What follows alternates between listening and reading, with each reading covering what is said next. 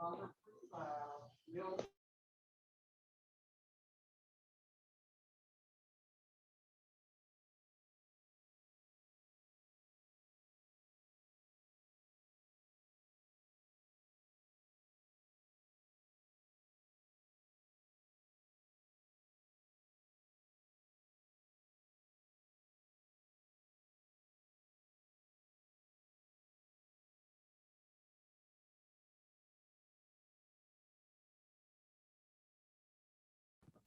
morning.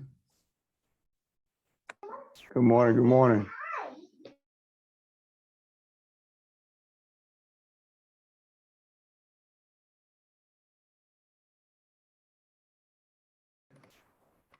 Good morning, Mr. Tucker.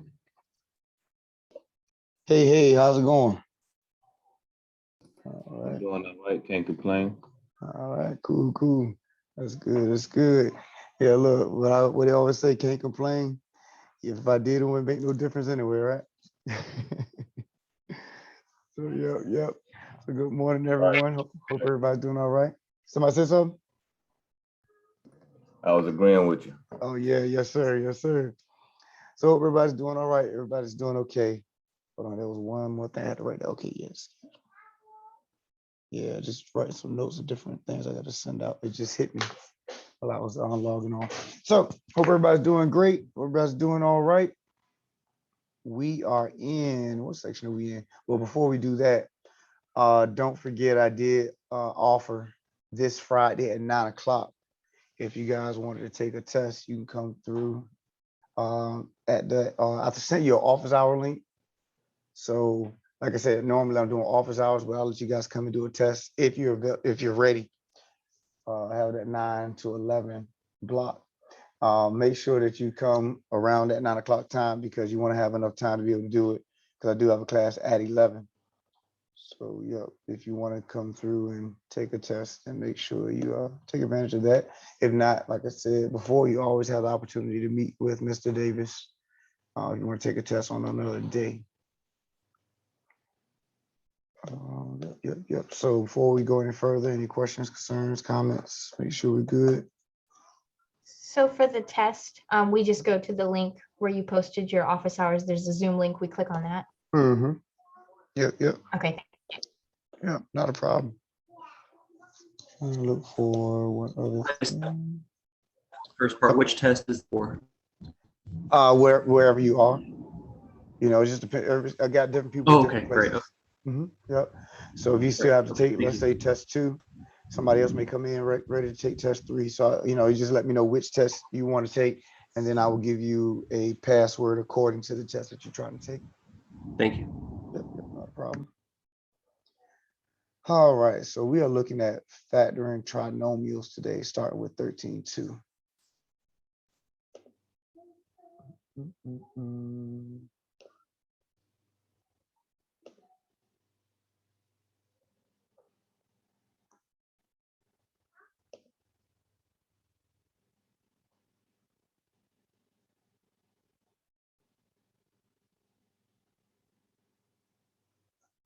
All right, so looking at, once again, factoring trinomials. And we're going to look at 13.2 through 13.4. That's perfect square trinomials.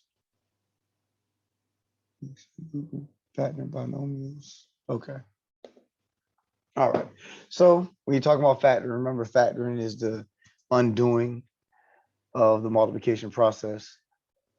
So if I had x plus 5 times x plus 2, you know, you will FOIL it out. You know, x times x will give you x squared, x times 2 is 2x. And then 5 times x, 5 times 10, and that'll give you this trinomial right here. But factoring is taking it back to these 2 sets of parentheses. You have this trinomial, you're breaking it back down to the 2 sets of parentheses. So that's what we're looking to do. We're going to have this trinomial, and we're going to break it back down to 2 sets of parentheses.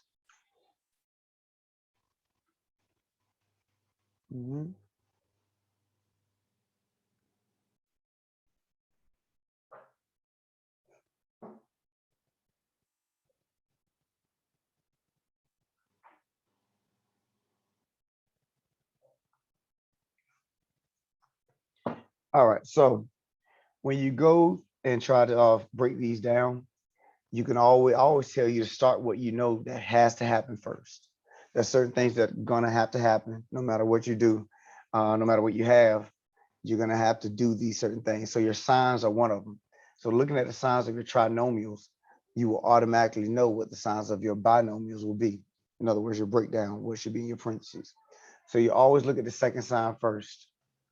Always look at the second sign first. If it's positive, that means your signs and your parentheses are going to be the same. That's why I have same right here.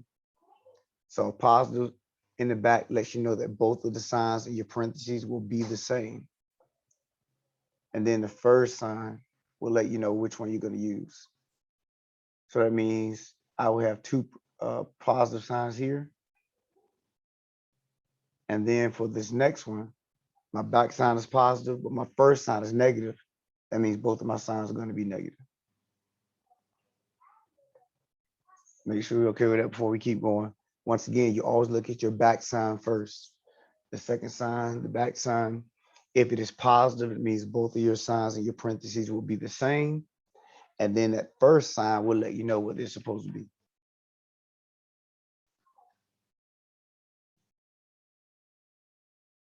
Okay, everybody good?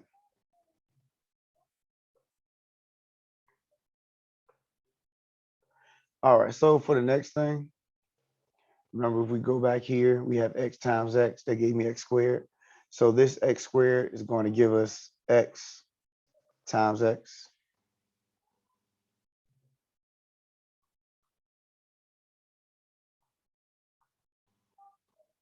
And then when I look at this 6, I want the factors of 6 that will add together to give me 5. So that's either going to be 1 times 6 or 2 times 3. And so it's the 2 times 3 that will give me 5.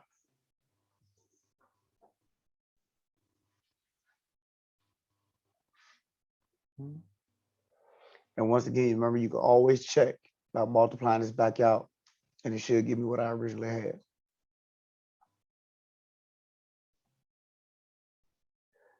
Looking at the second one, once again, x squared. So this x and x. Now I need the factors of 12 that will add together to give me 7 in the middle, and that is 3 and 4.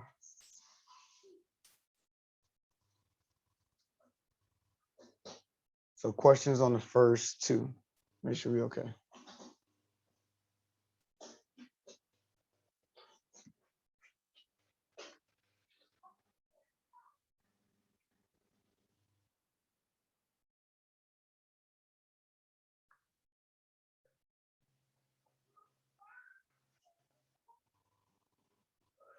All right, so in the next two scenarios, our back signs are negative. So when they were positive, that means my sign should be the same in the parentheses. If it's negative, that means my signs are going to be different. So I can do plus or minus. Minus or plus, it doesn't matter because there's nothing else in there. So you can write according to what you need. But is everybody okay with that? Your back sign, if it's positive, that means my sign should be the same. If my back sign is negative, that means my signs are going to be different.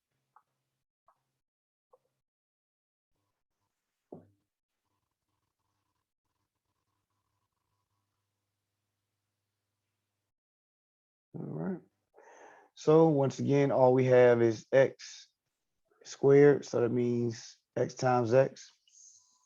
Now, when I look at my factors of 6, I need the two numbers that multiply to give us 6, but because my signs are different, that will subtract from each other to give us 5. And then the greater of those two will take on this symbol right here.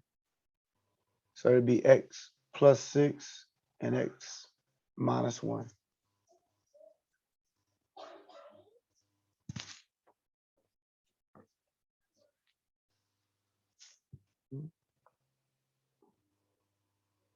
Then same thing with the 12.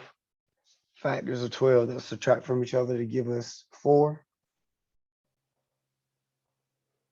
And that's going to be 6 and 2, and the greater of it will, the greater of the two is 6. So it's going to be a negative 6. and then a positive 2. 6 times 2 give us 12. 6 minus 2 give us 4.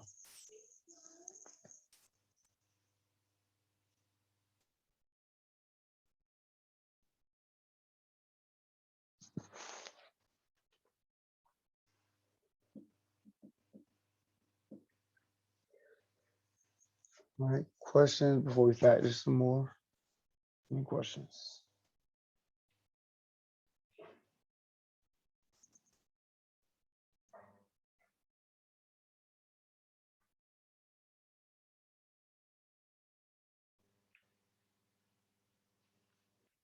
All right, so looking at this right here, we have x squared minus 12x plus 35.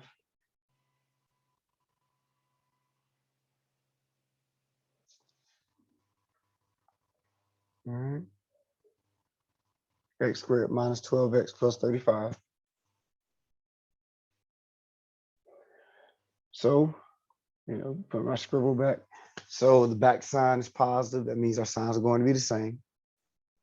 The front sign is negative. That means both of them should be negative. So right now, all we have, set my eraser up. All we have is x squared. So that's going to be x times x. That's why I have x times x. Then we're looking at the factors of 35 that will add together to give us 12. And we have 7 and 5 back there.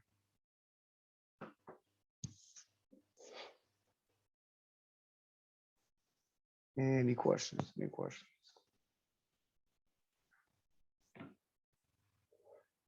And some of this, and this, when it comes to factoring, a lot of this stuff just gets better the more you do it. So it's all about practice. When I look at r squared minus r minus 42. So my back sign is a minus sign, so that means my signs are going to be different. That's -1 right there. So I need the factors of 42 that will subtract from each other to give us -1.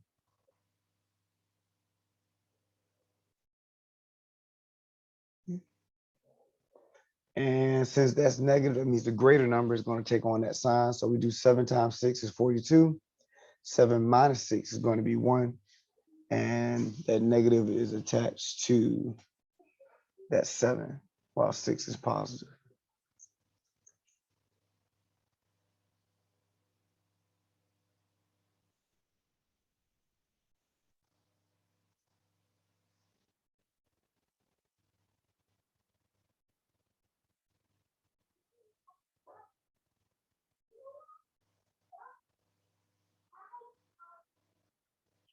All right. Any problems? Any problems?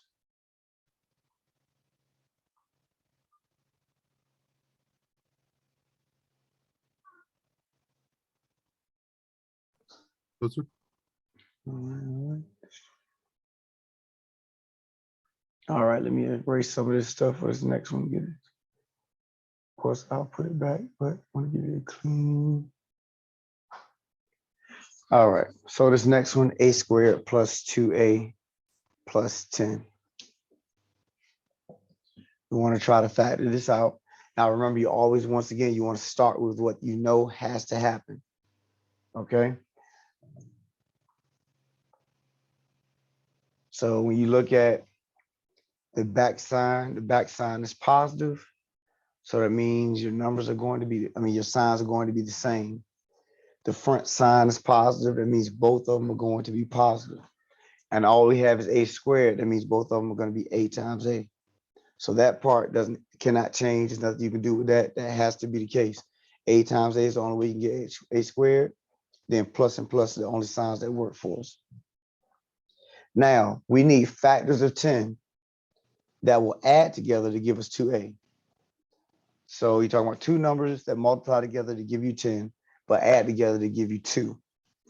All right, so in the green circle, you see I have 1 times 2, and 1 times 10, and 2 times 5. Those are only 2 ways you can get 10. And notice neither one of those fit that description. 2 plus 5 is 7, 1 plus 10 is 11. So whenever you have this type of situation, your answer is actually going to be prime. In other words, you cannot factor it. There's nothing you can do to factor that down or break it down.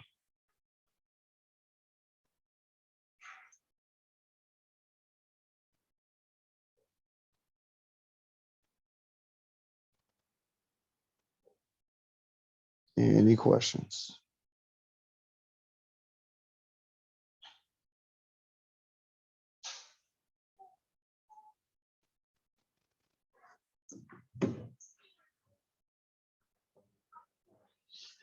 All right, so for this next one, x to the fourth plus 6x squared plus 8. Same thought process, just that we have x to the fourth instead of just x squared. So you would just do x squared times x squared.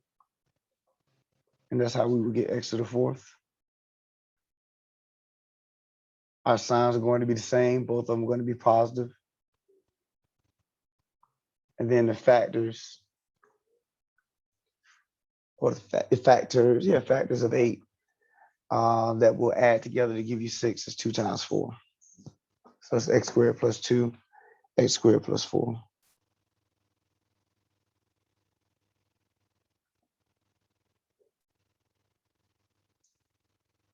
Questions? Any questions?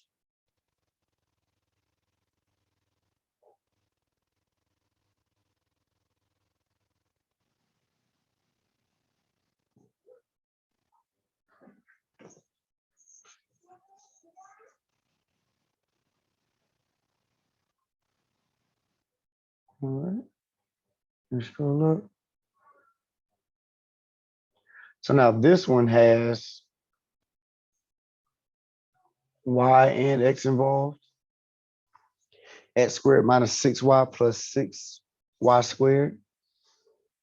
So when you go to factor, you need to have x in your first terms and then y in your second terms.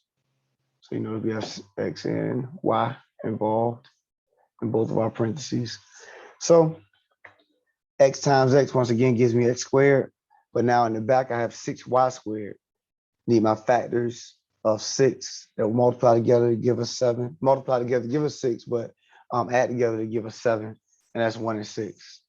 Both our signs are negative, so they need to add together to give us 7, and that's 1 and 6.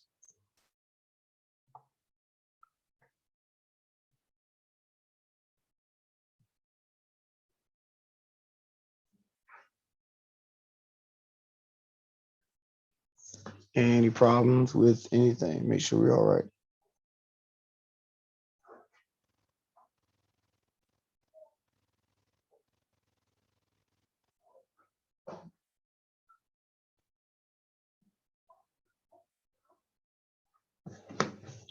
All right, scroll up.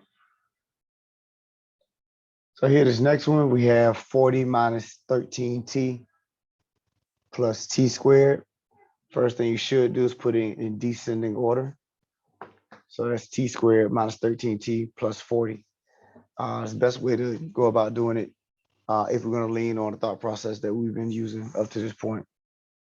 Now, you can do it the other way, but this is just the best way to, the most efficient way for us to look at it if we're going to stay in the same flow. So rewrite it as in descending order, t squared minus 13t plus 40. And then we see our back sign is positive, so the sign is going to be the same. Then we use the negative in front of 13. So we want the factors of 40 that will add together to give us 13. That's 8 and 5.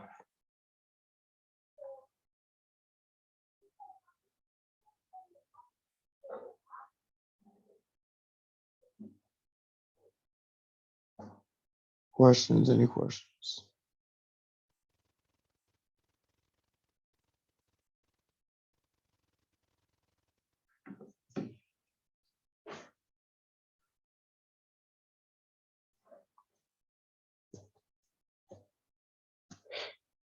All right, next one. 3m squared minus 24m minus 60.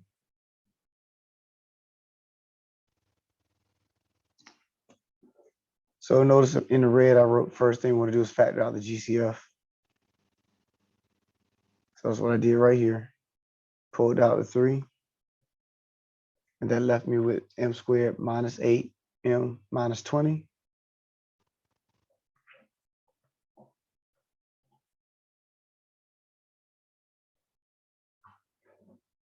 So back sign, that says no, our sign should be different in our parentheses. And the greater, the first one tells us the greater should take on that sign. So you're looking at the factors of 20 that will subtract from each other to give us 8. Remember, if your signs are different, that means your numbers are going to subtract from each other to give you the number in the middle. And so we have 20. Where we get that 20 is 2 times 10. And they subtract from each other to give us 8. So the greater number will take on that minus sign, which is the 10. So n plus 20, I said plus 20, n plus 2 times n plus 10. And don't forget that 3. That's sitting on the outside of that. That's a part of your factorization as well. Sometimes people will leave it off by mistake. But if you pull the GCF out, that whole thing is a part of your factorization. The whole thing is a part of your answer. So make sure you hold on to it.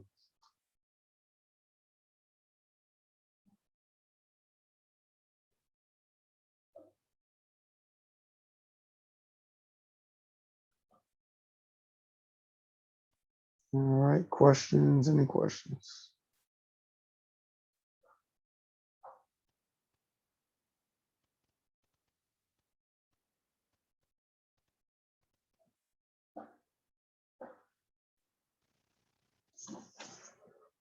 All right. All right, let's look at this one. 2x to the 4th minus 26x cubed plus 84x squared. Once again, factoring out the GCF. This time our GCF is 2x squared. You're looking at all 3 of these terms to say what's the most I can pull out of all 3 terms. So all 3 of them are even, so you know you can pull at least a 2 out. And then when you look at your square, your x's, you have 4 x's in the first term, 3 x's in the second term, and 2 x's in that last term. So the most you can pull out is 2 x's. You know, you can't pull out more than the smallest number of x's that you have. I can't pull 4 x's out of each term, right? So the most I can pull out is the 2 x's out of each term. So this is my factorization right here. 2x squared times x squared minus 13x plus 42.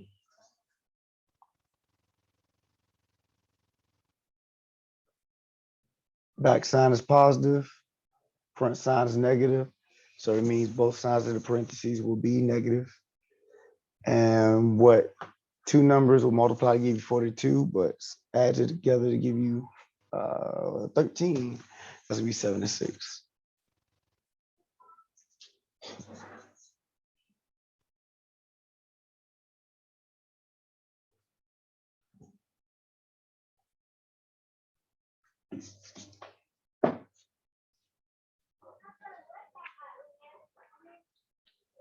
All right, questions before we go to the next section.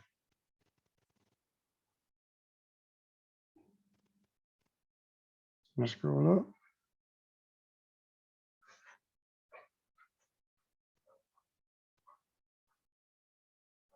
Hold on, is that what they call it?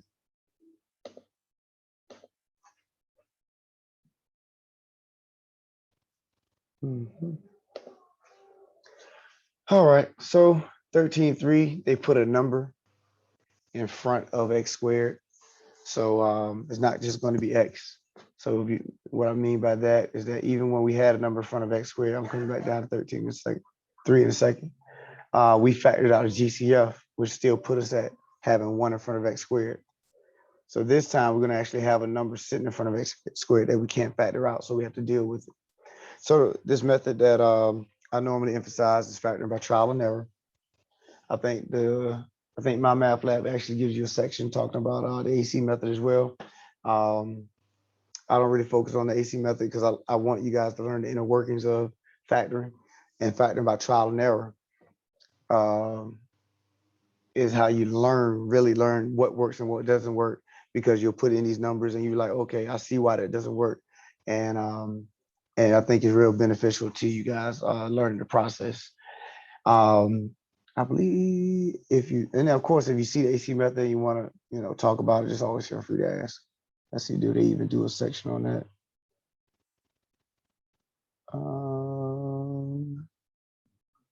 don't see one, but anyway, check it out. But here, let's look at 2x squared plus 13x plus 6. Now, let's look at this first one I put up. So we have 2x squared. Remember I said you always start with what has to happen. The things that you know have to happen and you cannot change them. So I have 2x squared plus 13x plus 6. Factors of 2 is 1 times 2. There's nothing else I can do to that. I mean, that's 1 times 2. I have a choice here for 6. My factors of 6, 1 times 6 and 2 times 3. So I wouldn't start with 6. I would start with the stuff that I know has to happen that I don't have a choice on. So looking at my signs, both of my signs have to be positive. No choice there. And then my factors of 2, 2x, and then 1x. That's the only way I can get 2x squared. There's no choice there. So now you're looking at, okay, should I use 1 and 6 or 2 and 3? And so what you can do there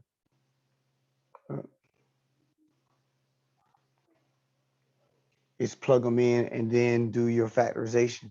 You know that when you do 2x times x, that'll give me 2x squared. But what I don't know is what's going to happen in the middle. So 2x times 2 gives me 4x. 3 times x gives me 3x. And once again, just like in the back, in the front, in the back, I know 3 times 2 will give me 6. Let me do this color. All right. So notice I get 7x, but I need 13x. So this is not the correct factorization because it ends up giving me 7x when I do my multiplication. So this combination does not work. So what I can do now is try the other one. Put 1 and 6 in there. Because remember, your goal is to get 13. So why not make it so that 2 times 6 will happen? 2 times 6 will give you 12. So if I were to multiply this all the way out, let me see, did I put it down here? And I did it right here in the purple circle. I went ahead and folded that all the way out. And notice that's 2x times x, which is 2x squared. 2x times 6 is 12x. 1 times x is x. And then 1 times 6 is 6. When you add them together, you get your 13x in the middle. And so that's what we were trying to do, get this 13x in the middle. And so that is the answer, 2x plus 1 times x plus 6.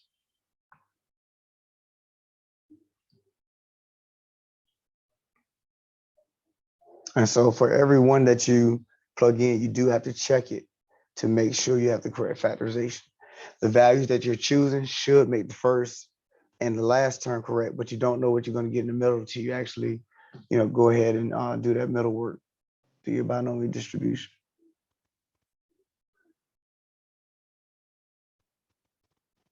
All right. Can I scroll up, do another one, or still copying?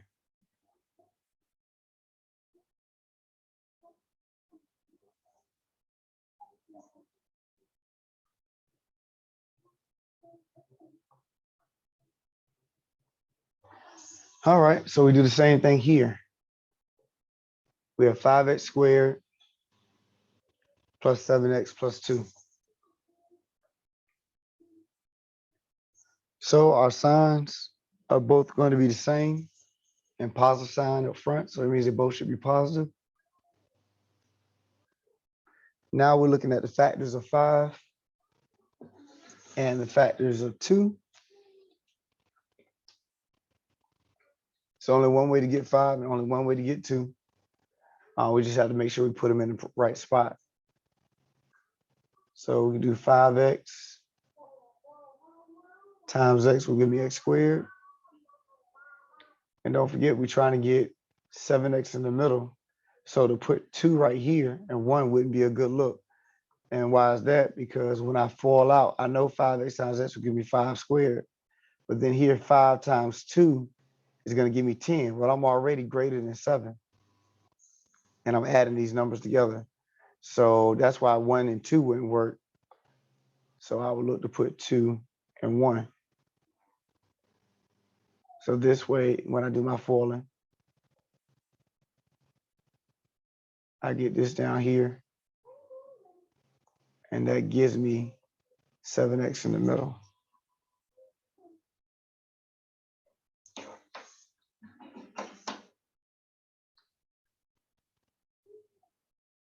Questions, questions, questions.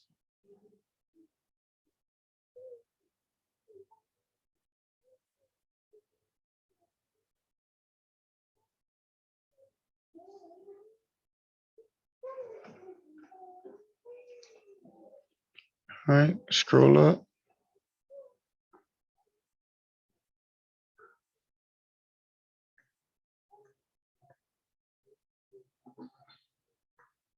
Oh.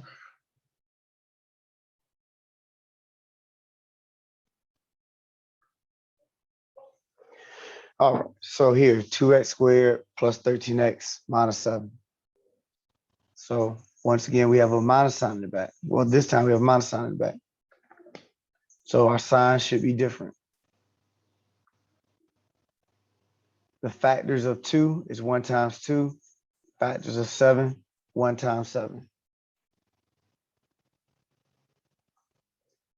So I can do 2x right here, 1x right here.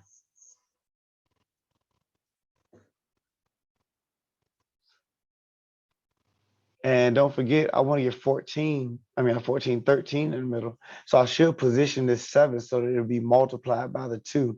So I can get as close to 13 as possible. 2 times 7 is 14. But if I put this 7 right here in the parentheses with the 2, it's not going to multiply to it. 2 is going to multiply to whatever's over here. So that means I need to put a 7 over here. And this is what I was talking about as far as, you know, when you look at factoring by the trial and error method, you know, you'll start to see things and why you should position it here versus over here and so on. And then do the 1 and 1. So when I do this factorization, 2x, I want to make that another color. So 2x times x is 2x squared. 2x times negative 7 is negative 14. 1 times x is x. And then 1 times negative 7 is negative 7. Notice we get negative 13 when we simplify. But my answer is positive 13. So if ever that's the case, all you have to do is switch the signs, and then that will be your answer. And that's what I did right here. So we had 2x plus 1, x minus 7. Since that gave me the opposite sign, switch the signs. And your answer is 2x minus 1, x plus 7. I'm talking about signs in your parentheses. You know, switch the signs in your parentheses.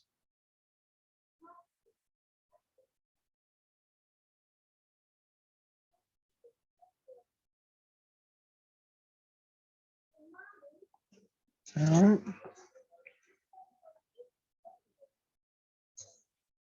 Questions? Can I scroll up? Do another one.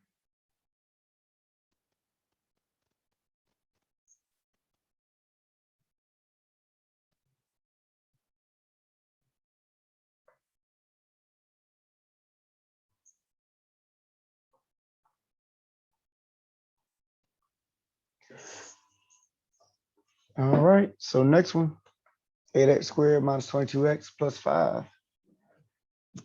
Sign in the back is positive. Sign should be the same. Front sign is negative. So that means they both will be negative.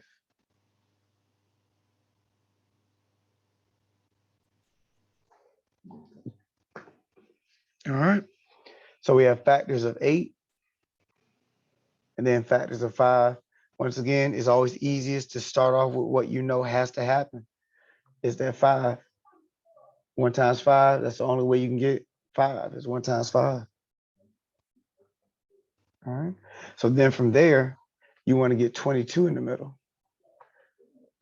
So when you look at these 4 numbers that 8 gives you 1 times 8 as an option, then 2 times 4 as an option. If I want to get 22 in the middle, then I should be looking at what's the number that I can multiply to this 5 to get as close to 20 as possible. And in that case, it's going to be 4. 4 times 5 is 20. So I can do 4x and x as my factorization. So now when I FOIL this out, 4x times x gives me 8x squared. 4x times 5 is negative 20. 4 times 1, negative 2x. 1 times 5 is 5. Well, negative 1 times negative 5 is 5. Add those together, get our negative 22 in the middle.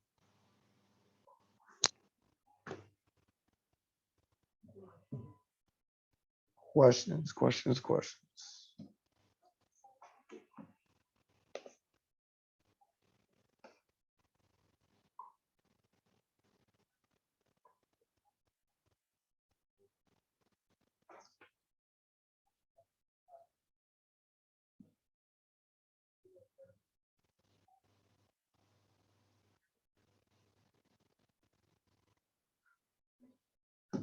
All right, let's scroll up.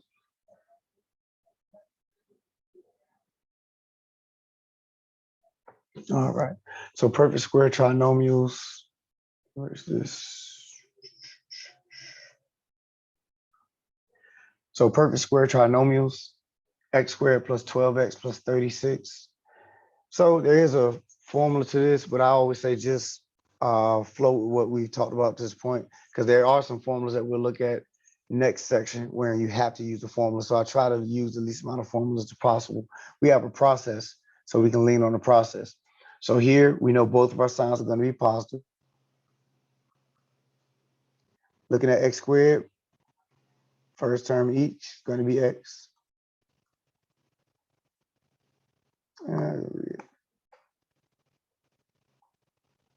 when I look at 36, you with your options of 36, what two numbers from 36 will add together to give you 12?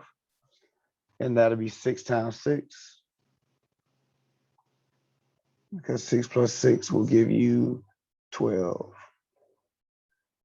So you can write it like this, x plus 6 times x plus 6, or they may ask you to write it like this, x plus 6 squared, because it's the same thing. Would that be considered the simplified version of that if it's asking you to simplify? Yeah, that would be the most simplest way of writing it. But you should be okay writing it this way as well. Unless Okay. they say specifically write with exponent. If they say it like Okay. that, then most definitely they want this answer right here. Great. Okay. Thank you. All right. Any other questions before we look at the next one? I have a question. Mhm. On the last question, just because I wrote it down and I'm looking over it. Mhm. You put 4x minus 1, x minus 5. Should it have been 2x minus 5? Did I leave off the 2? Oh, you're right. Thank you. I left off the 2. Yep. Thank you. There should be a 2 right here. Okay, that makes me feel better. Thank you. That makes me feel better too, because everybody else would have left with a 1x. Thank you. All right. So yeah, so make sure you catch that back in your notes. It was 4x times 2x, and you know, have 4 times 2 right here. Should have been 4x times 2x. 4 times 1 will not give you 8. I promise it will not. So thank you for that catch. I appreciate it. All right. Any problems? I did that right here too. Didn't really go. Yeah, all right. All right. So everybody good before we go to the next one? Okay. Next one, 4m to the 4th minus 4m squared plus 1. Perfect square trinomials. Just emphasizing the fact that this is a perfect square and this one back here is a perfect square. You know, that's the same thing that happened up here. 36 is 6 times 6. X squared is x times x. So when you have a perfect square trinomial, they're telling you that this is going to be the result, you know, ultimately. So when you look at 4m to the 4th, that breakdown is 2m squared. 1 is just 1 times 1. So if ever you have perfect squares on both ends, you can just go ahead and throw it into this type of format, 2m squared minus 2m squared. I said 2m squared. 2m squared minus 1 times 2m squared minus 1. And you can always go back and check it to make sure you get that middle term in when you do your foiling out. This minus sign, remember we talked about back sign. It's positive means that the front sign will let you know what both signs should be. So that's why both signs were negative in this case. Go back here, both signs were positive. So if you lean on what we dealt with previously, you still get the same answer, and you don't necessarily have to lean on a formula in order to get it. Like I said, we are going to have some factorizations in which you will need to know how to use the formula. So I try to, like I said, give you the least amount of formulas as possible. So problems, questions, or anything before we look at the next thing?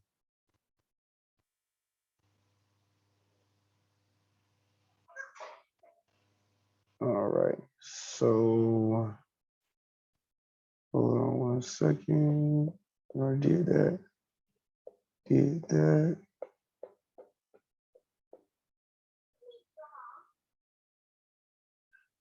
Difference of squares. Okay. Hold on one second. Let me see. So am I missing a section before we go there? Factoring binomials. That's 13.5. We can go ahead and do that. Okay. So 13.5 is factoring binomials. Remember, we're not doing 6. It's called 13.5 factoring binomials. But there's special products in here. And so these are the formulas that I was referring to.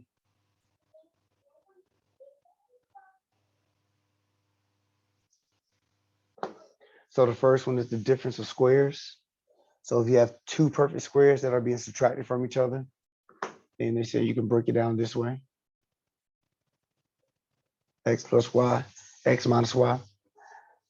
So if I look at this first example that leans on that, if I have a squared minus 25, I can look at that breakdown as a squared minus 5 squared. They're two perfect squares. A squared is a times a, 25 is 5 times 5. If you have that, then the next thing you will write is a plus 5, a minus 5. That's the factorization.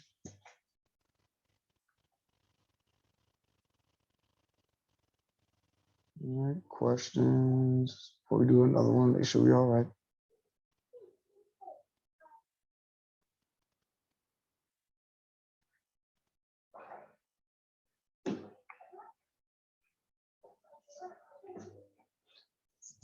Next one, 49s squared minus 44t to the fourth.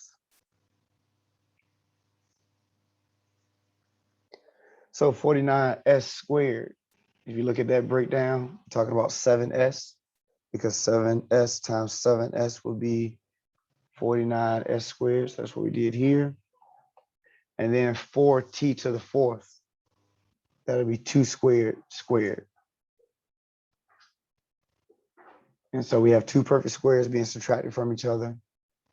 So that's going to be 7s plus 2t squared times 7s minus 2t squared.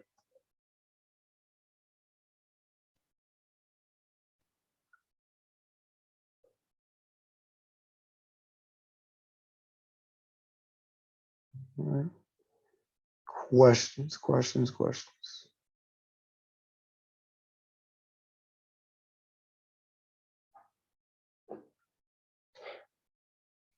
All right, scrolling up.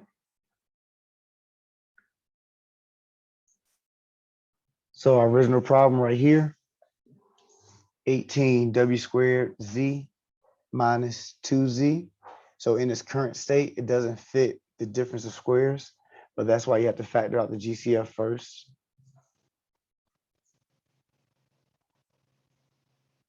Always factor out your GCF first if possible. So what I did was I pulled 2z out of each term, and that'll leave me with 9w squared minus 1 in the parentheses.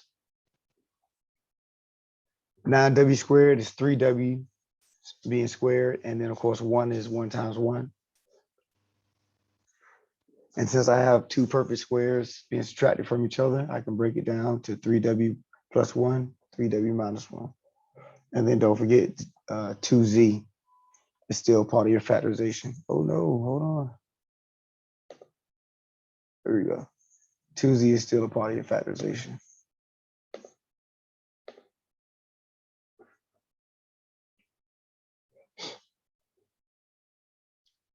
Questions? Any questions?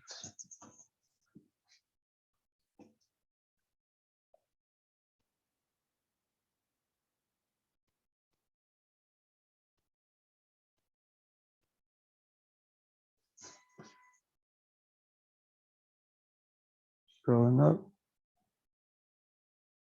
So we just had the difference of squares. Now the sum of squares is prime.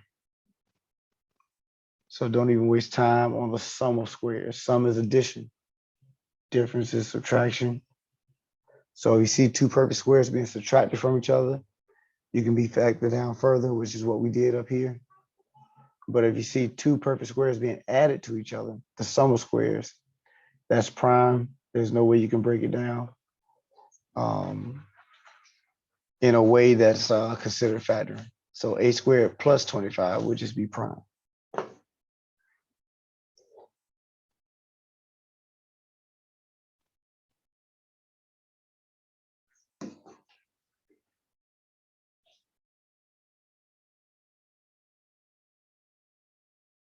So once again, I was just emphasizing the difference between the two. Here, p squared minus 9, perfect squares, the difference of perfect squares, that's p plus 3, p minus 3. But if it's p squared plus 9, can't factor it, and that's prime.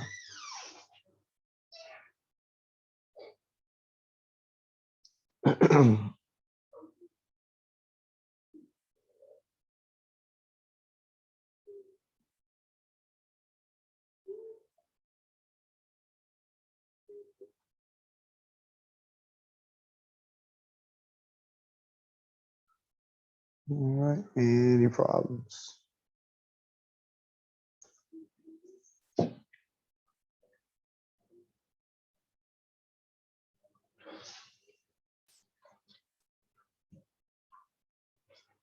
All right, the next one, w to the 4th minus 81. So here, our perfect squares is w squared squared, coming from the w to the 4th. And then 81 is 9 squared.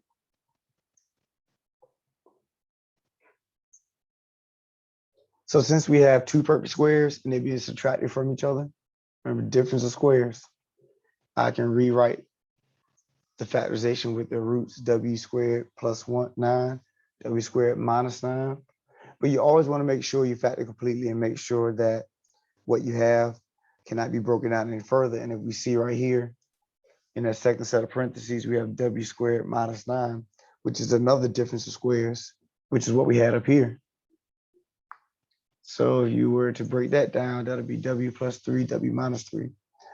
Also notice that w squared plus 9, couldn't factor it. You just bring that straight down. So this is the whole factorization.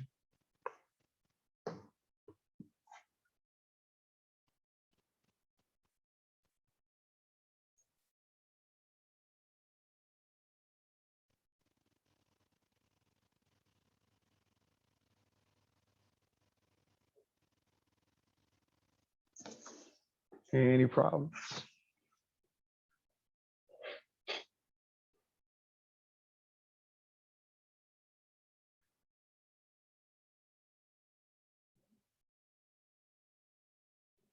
So two more formulas. Here we have the difference of cubes and the sum of cubes. So before we were looking at the squares, perfect squares. This time we're looking at perfect cubes. So before, we could not use the formula if we have two perfect squares, unless we had two perfect squares. These formulas you cannot use unless you have two perfect cubes. And notice you have a formula for the difference of cubes and a formula for the sum of cubes. So the first one, x cubed minus y cubed is x minus y times x squared plus xy plus y squared. Then the sum of cubes, x cubed plus y cubed x plus y, x squared minus xy plus y squared. So notice that these formulas are very similar. It's just that the signs are going to be different. One way to remember it is same, opposite, and plus, SOP. So in other words, if you look at my arrows, the sign that we start off here is negative. So that's the sign that we have here. It's the same as what we originally had. Then here is going to be opposite what we originally had. And then this back sign is always going to be positive.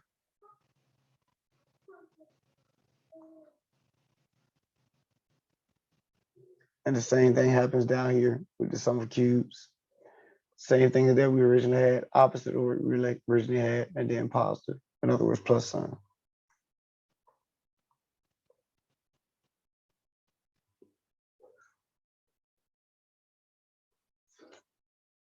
All right. Done. So let's look at how we'll use it. We have w cubed plus 64. First thing we need to establish, are they perfect cubes? And the answer is yes, because w cubed is w times itself 3 times. 64 is 4 times itself 3 times. So we established we have w cubed and 4 cubed. So now we're going to plug it into the sum of cubes formula because they're being added together. And if we go plugging it into the formula, where I see x is where I put w, and where I see y is where I'll put 4. So that's what I did right here. Follow the formula. W goes in for x, 4 goes in for y, for each spot. That's what I did. And then from there, you simplify. W squared, 4w, then 4 squared is 16.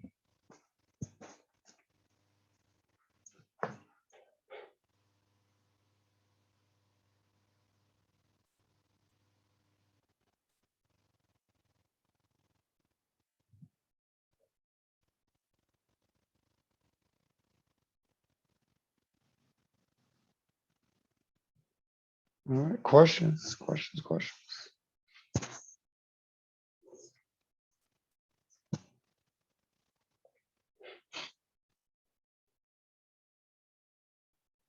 All right, 27p cubed minus 1000 q cubed. Once again, you have to establish, are they perfect cubes? If so, what are you going to use? Oh, what are those perfect cube roots? So we look at 27p cubed, that's 3p. And then 1000 q cubed, that's 10q.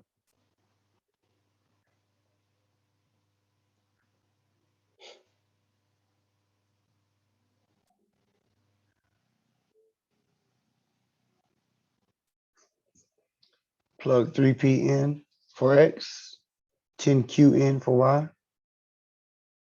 Now, once again, we're using the difference quotient. Not difference quotient, difference. A difference of cubes. Let me get it out. I got multiple formulas in my mind. So difference quotient is calculus.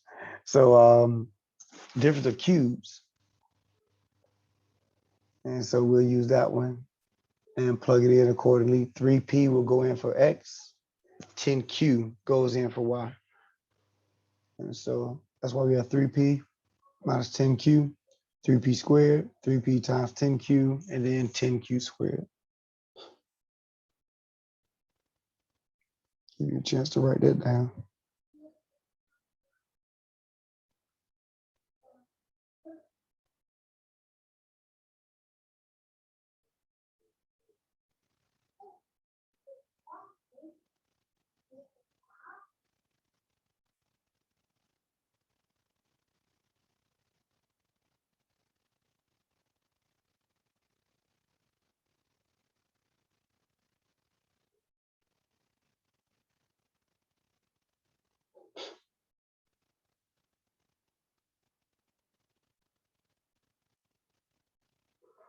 All right, so let's finish it off.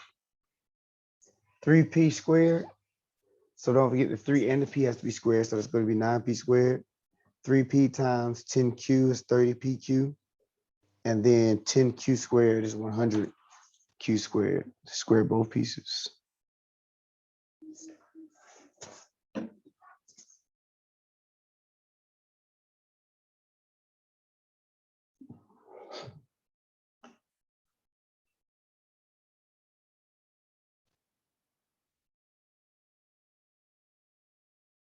Very good, very sure.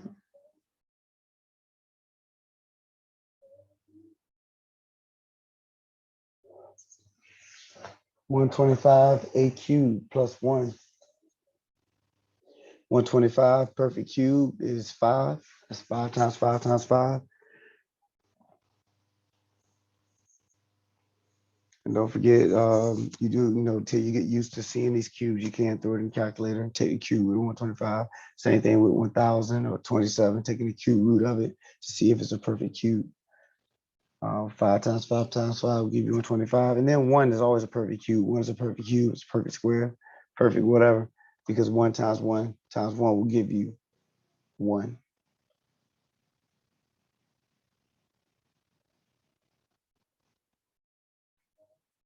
Substitute 5a in for x and 1 in for y into the formula.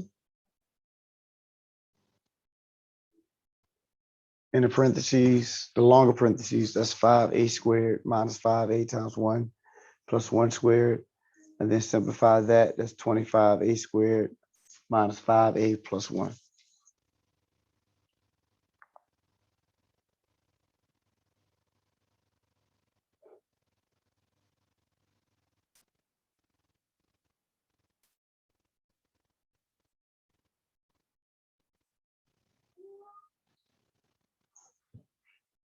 Any questions? Any questions?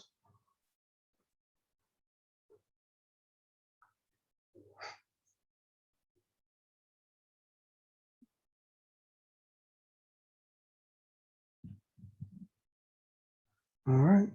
So next one, factor by grouping. Remember, whenever you have 4 more terms, you want to bring the first 2. Let's say if you have 4, take the first 2, put them together.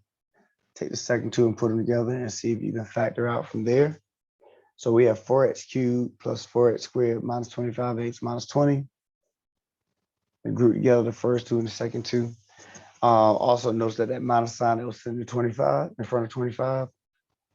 X, you do not want to separate them by putting the parentheses in between them. So make sure the negative is on the inside of the parentheses with the 25 so that you can factor accordingly.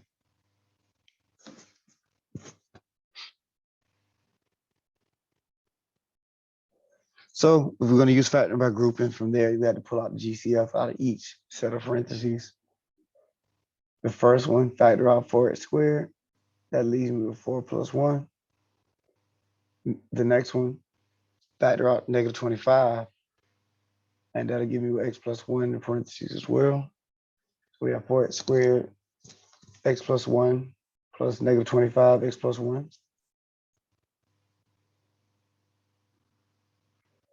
Don't forget, factoring by grouping, I have to have x plus 1 and x plus 1. In other words, not just, I have to have both of those being the same thing. They have to be exactly the same thing in order for me to go to the next step. Oh no.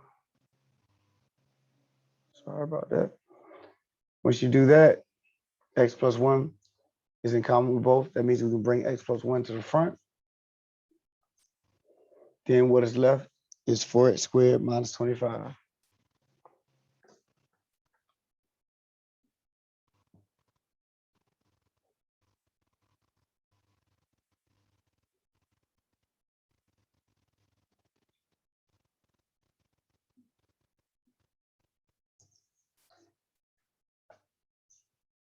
All right.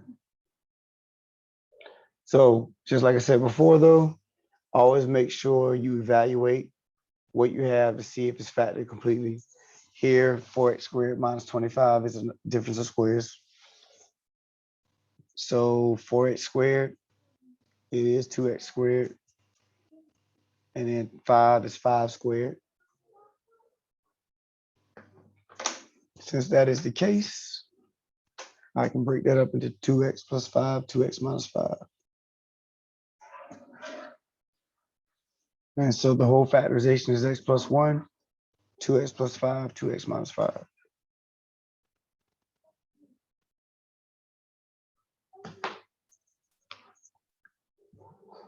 Questions, questions, questions.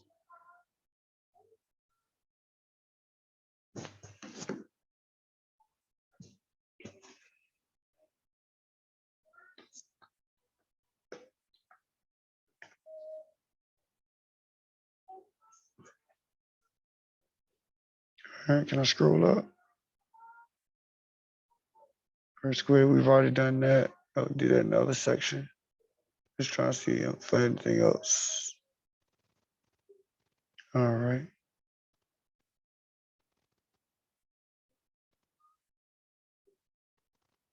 Right, okay.